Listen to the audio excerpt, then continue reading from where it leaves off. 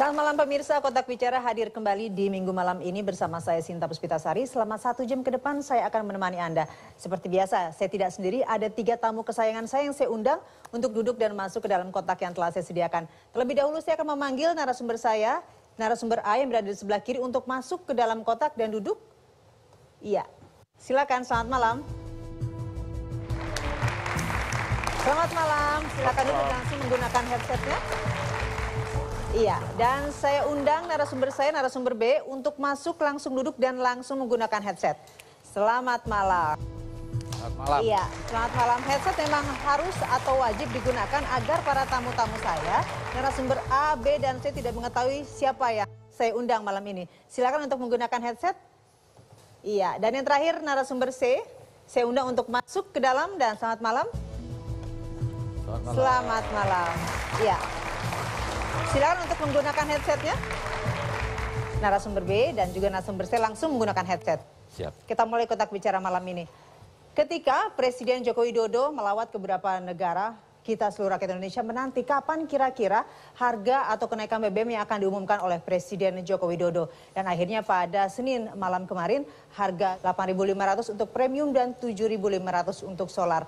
Setelah atau pasca dari pengumuman tersebut banyak terjadi pro dan kontra juga unjuk rasa di beberapa daerah. Kita lihat bersama kabar berikut ini.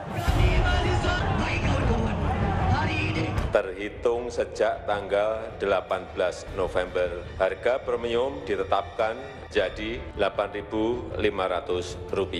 Kenaikan harga bahan bakar minyak bersubsidi beberapa hari lalu seakan menjadi bom waktu. Ya, bom waktu yang akhirnya meledak, membuat rakyat tersedak. Bagaimana tidak? Partai yang sebelumnya getol mengkritisi kebijakan BBM bersubsidi, kini justru membuat harganya melambung tinggi. Buku putih yang sebelumnya membantah argumentasi pemerintah, kini diperbaharui. Sikap SPPDB sudah akan segera diluncurkan melalui buku putih lagi. Isinya ya seperti hari yang tadi udah kita jelasin. Nomor 1, di 2014 ini kita mengalami defisit, bangsa kita. Bangsa ini mengalami defisit dalam APBN itu 108 triliun. Itu hitungan yang paling jelek. Penerimaan Pak, kenapa dari 108 triliun, dari mana? Dari pajak itu 88 triliun, dari BNPB-nya, non pajaknya itu 20 triliun. Ada yang sangat bersemangat, di lain pihak ada pula yang merasa waktunya tidak tepat. Fraksi Partai Demokrat berpendapat bahwa menaikkan harga BBM, bahan bakar minyak, sekarang ini tidak tepat. Karena harga minyak mentah dunia menurun tajam. Meski bagai tersayat, masyarakat kini hanya berharap kebijakan pemerintah dapat menjadi obat, bukan membuat rakyat semakin melarat. Saya akan bertanya terlebih dahulu ke narasumber saya yang saya dengan apa yang Anda lihat tadi bahwa memang ini adalah sangat yang ditunggu-tunggu. Apakah memang kenaikan akan dilakukan atau tidak, dan belum 1 bulan dari pelantikan Presiden Joko Widodo akhirnya harga BBM naik menjadi 2.000 untuk solar dan juga untuk premium. Tanggapan Anda? Saya melihat begini Mbak Sinta ya. Problem kenaikan BBM ini tidak lepas dari rezim yang kemarin. Bahwa Jokowi JK ini kemungkinan presiden tercepat melaksanakan kenaikan BBM. Kurang lebih ini rezimnya Pak SBY. SBY JK, SBY Budiono. Bahwa di rezim SBY Budiono itu mewarisi. Jokowi tidak bisa berbuat apapun. Siapapun yang menjadi presiden, baik Jokowi presidennya ataupun Prabowo kemarin presidennya, pasti menaikkan harga BBM. Karena kondisi fiskal kita mewajibkan untuk naik. Dan ini jalan satu-satunya untuk kenaikan BBM. Jadi nggak ada alternatif lain ya selain tidak ada kenaikan BBM. Kenaikan BBM. Karena tanpa kenaikan BBM ini, APBN kita akan mengalami defisit. Nah ini menjadi problem bagi kita, siapapun presidennya. Nah akhirnya Jokowi gitu, dia mengumumkan langsung kenaikan presiden. Walaupun isu kenaikan BBM ini tidak populis gitu loh. Arti tidak populer gitu loh. Masyarakat pasti tidak suka dengan kenaikan BBM. Tapi ini harus diambil. Buah si malakama ini harus diambil agar kita tidak defisit BBM di Desember nanti. Bu Asy Malakama, ini ada kesalahan besar ya, dalam arti memang Pak SBY tidak bisa mengelola minyak dan gas ketika itu, atau seperti apa kalau Anda katakan meninggalkan warisan yang tidak bagus begitu, akhirnya Pak Presiden Jokowi mengambil tindakan yang tidak populer terhadap rakyat dengan kenaikan harga BBM? Itu sebuah resiko, Mbak. Sebuah risiko yang diambil oleh Jokowi, yang dipilih oleh masyarakat dan dapat mandat rakyat untuk menaikkan BBM. Dulu 10 tahun periode SBY tidak berpikir bagaimana tata kelola migas ini dilakukan dengan baik. Contoh Mbak, harusnya BBM ini, karena kita produksi sekarang hampir 800 barel per hari. Kebutuhan kita 1,6 juta per hari. Artinya kita butuh 800.000 barel per hari kebutuhan kita.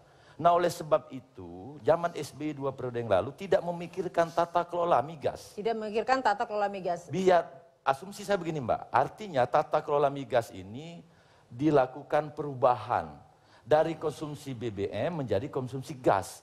Yang hari ini ribuan konsumsi gas kita ini sangat luar biasa, gas alam kita sangat luar biasa. Kenapa kita harus BBM? Dari tahun ke tahun, saya katakan 36 kali kenaikan. Mulai dari rejimnya Soekarno sampai Jokowi terakhir, dia 37 kali Mbak. Nah apa solusi yang alternatif ke depan adalah tata kelola migas kita harus dibenari. Tata kelola ada yang salah. Saya akan tanya langsung kepada narasumber. Anda setuju nggak dengan apa katakan narasumber bahwa ada sesuatu yang tidak diwariskan yang sehat begitu, akhirnya membuat Presiden Joko Widodo menjatuhkan pilihan, tidak ada pilihan lain, tidak ada alternatif untuk menaikkan BBM? Jadi pertama-tama saya ingin mengatakan jangan kita terbiasa menyalahkan pemerintah masa lalu ya.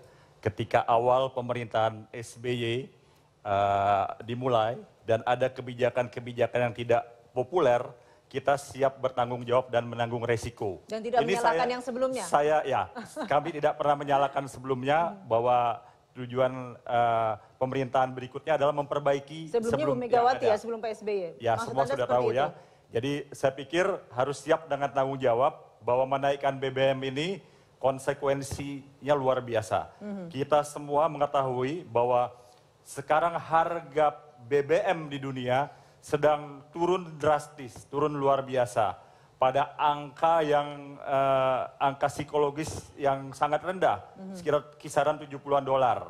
Sehingga menurut hemat kami, ini tidak ada alasan untuk menaikkan BBM pada saat ini. Bahkan negara sebesar Amerika Serikat, lalu negara Cina, Malaysia, India, dan banyak negara sedang merencanakan penurunan. Bahkan beberapa sudah menurunkan.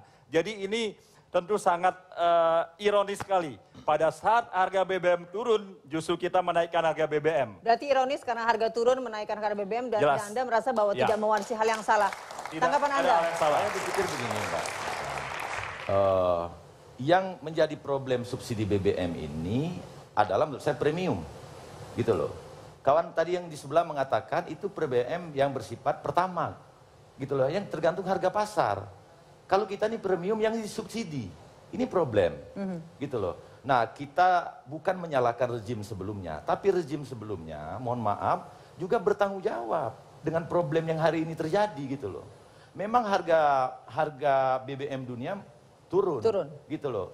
Tapi pemerintahan Jokowi ini harus memberikan ruang fiskal yang besar untuk melakukan terobosan dalam pembangunan infrastruktur. Tetapi November itu memang waktu yang tepat ya, tidak terlalu cepat begitu. Pelantikan bulan Oktober, November dinaikkan. Ini kan akhirnya Mbak. Ini sudah yang tepat pada November. Ini akhirnya, daripada kita isu-isu naik BBM, kepalang tanggung naikin BBM.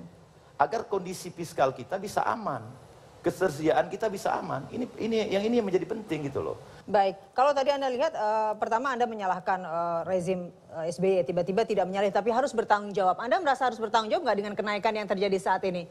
Justru pemerintah sekarang yang harus bertanggung jawab, karena harga BBM dunia sedang turun.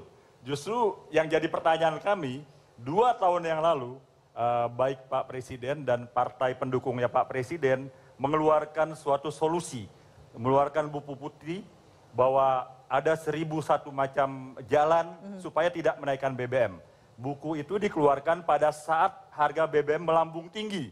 Logikanya pada saat harga BBM turun drastis, harusnya buku itu sekarang dikeluarkan lagi dan digunakan segala formula dan rumusan-rumusan yang ada di dalam buku putih tersebut ya.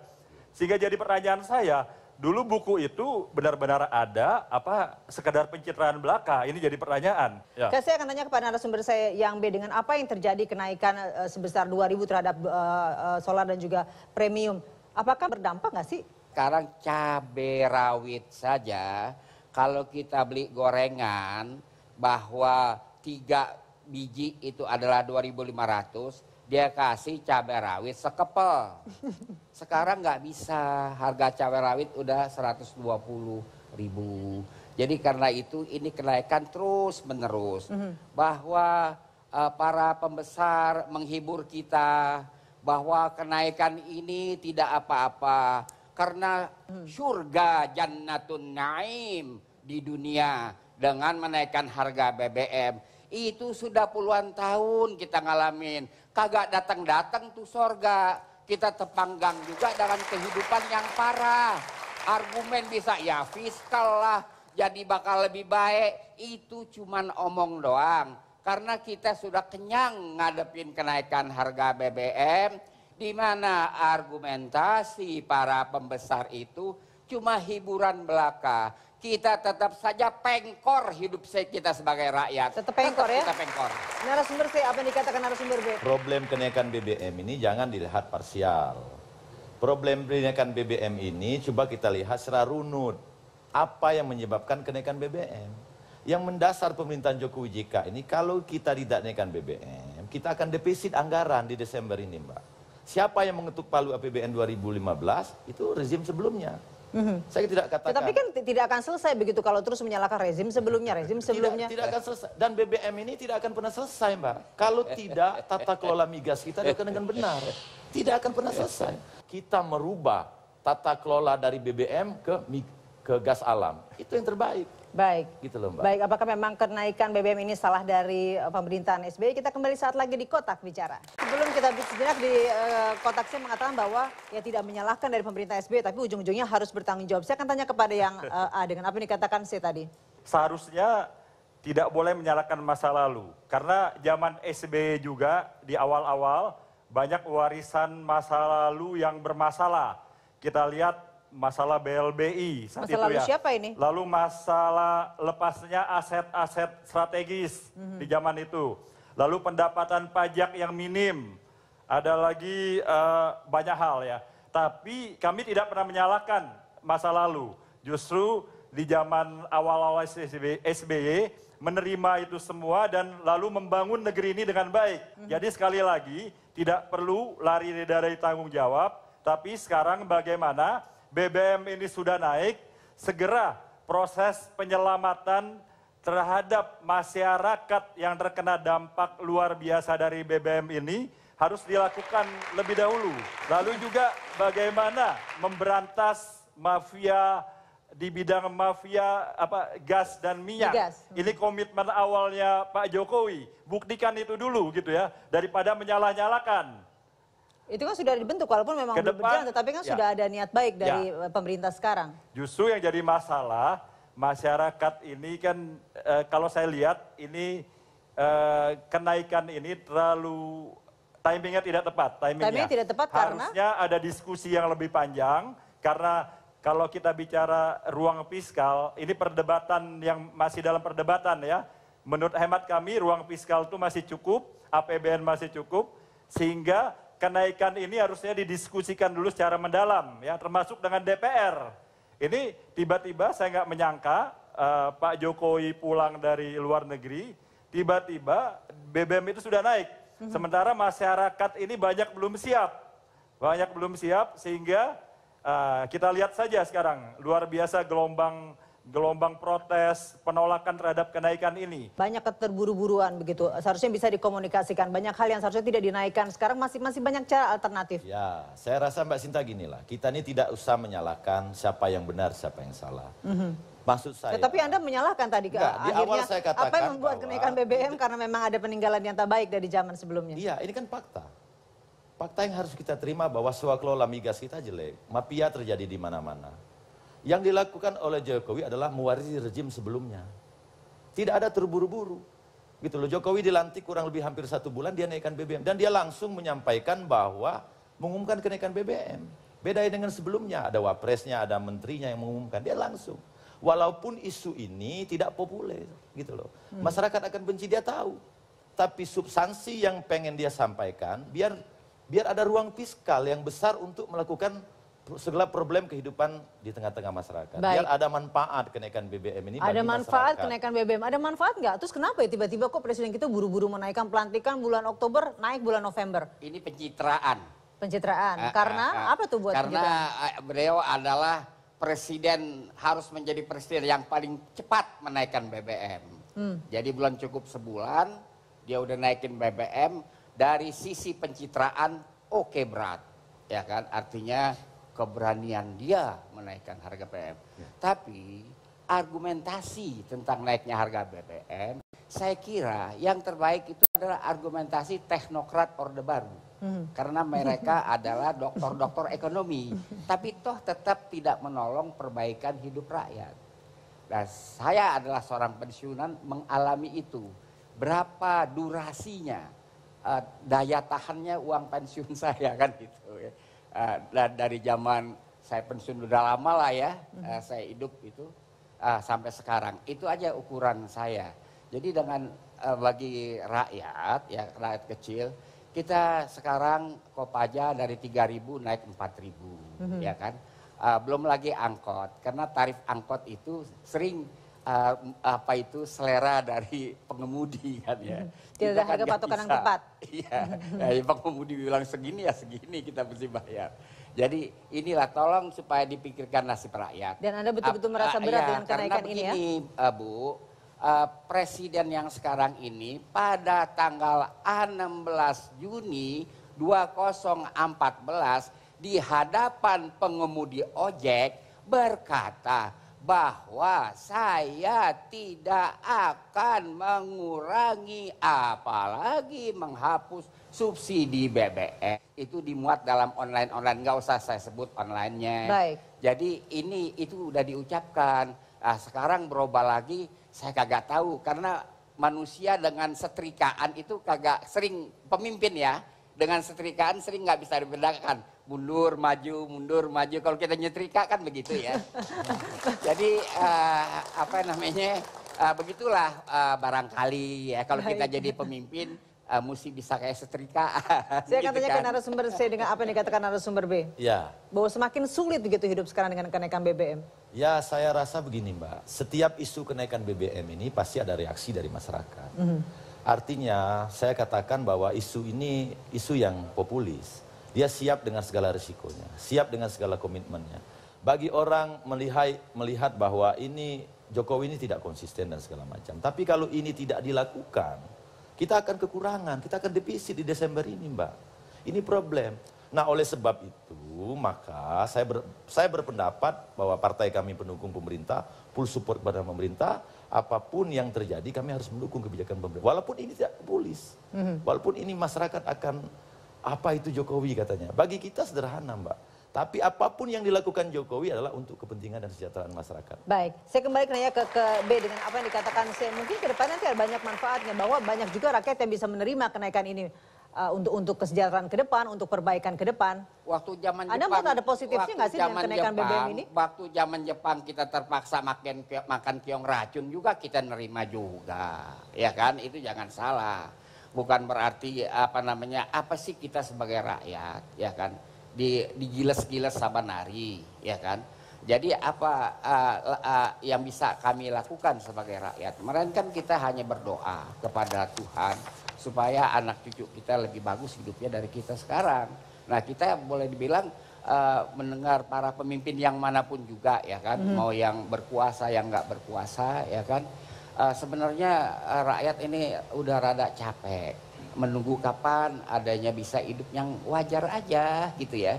Jadi argumentasi itu tidak akan mengobati. Tidak akan mengobati anak yang nangis karena emaknya nggak mampu beli susu. Itu kagak bakal, ya kan? Karena itu marilah kita berbicara pada diri kita sendiri dengan kejujuran saja. Baik yang sedang beroposisi maupun yang sedang berkuasa, ya kan?